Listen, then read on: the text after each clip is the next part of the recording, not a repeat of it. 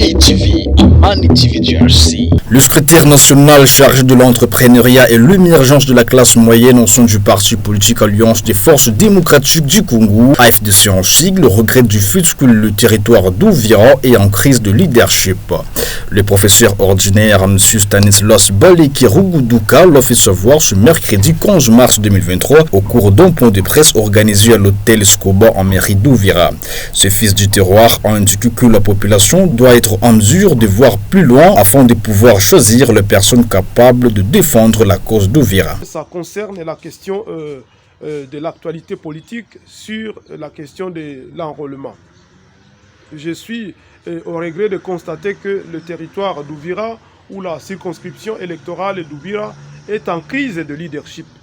Et cette crise de leadership est liée au fait que les leaders d'Ouvira sont dans la périphérie politique, alors que les autres sont au centre de la politique congolaise.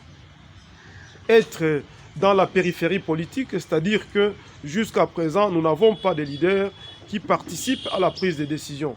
Au regard de la souffrance qui est imposée à la population d'Ouvira pour l'accession au centre d'enrôlement, je crois que ça traduit un problème sérieux de leadership. Parce que j'étais au niveau de Katogota et Luvungi, vous vous rendez compte que la cité de Kamanyola compte 5 centres d'enrôlement avec 16 machines, alors que la grande cité de Luvungi n'a que 3 centres et 7 machines.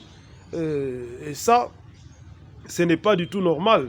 Et puis, cette situation se répète partout où le territoire d'Ouvira est en frontière avec les autres territoires voisins. On trouve que chez les voisins, il y a toujours plusieurs centres d'enrôlement, plus que dans le territoire d'Ouvira. Et ça, c'est un sérieux problème parce qu'en 2018, nous avons élu des gens pour aller plaider la cause d'Ouvira. Mais on se rend compte qu'ils préfèrent tout simplement rester dans la jouissance et la mangeoire plutôt que de plaider la cause de la population. Et c'est pourquoi je réitère la thèse du fait que le territoire d'Ouvira est orpheline de ces deux défenseurs. Donc le territoire d'Ouvira n'a pas de personnes pour le défendre.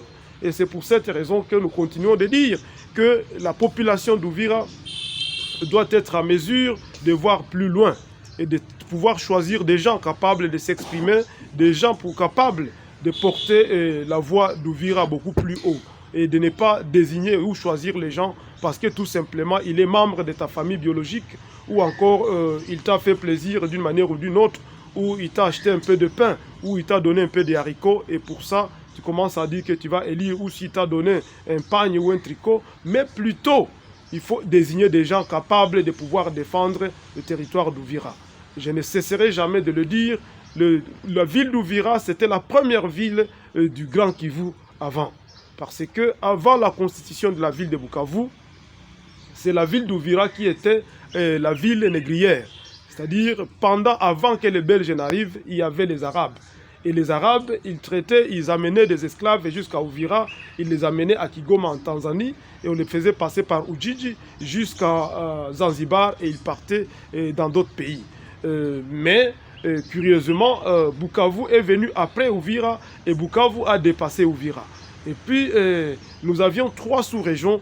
La sous-région du Nord Kivu avec Goma comme capitale, la sous-région du Sud Kivu avec Ouvira comme capitale, la sous-région du Maniema avec Kindu comme capitale.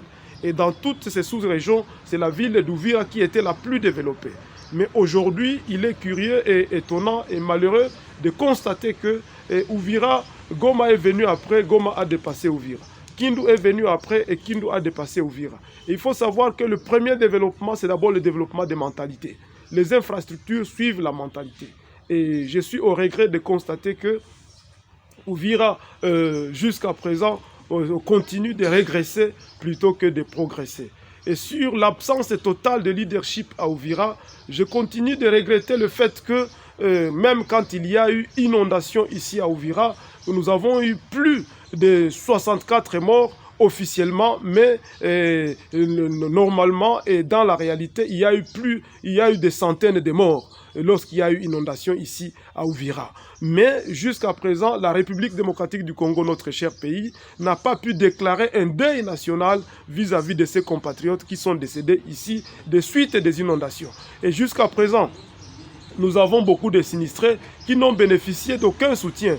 Tout simplement parce que ce n'est pas le sinistré qui doit aller à Kinshasa pour plaider, mais ce sont des personnes que nous avons élues depuis 2018 et qui devraient plaider la cause. Mais à Kinshasa, ils sont préoccupés par autre chose. Et c'est autre chose, c'est quoi? Comme je le dis toujours, ils passent leur temps à attiser les conflits et à développer des haines les uns contre les autres. ETV, Amani TV DRC.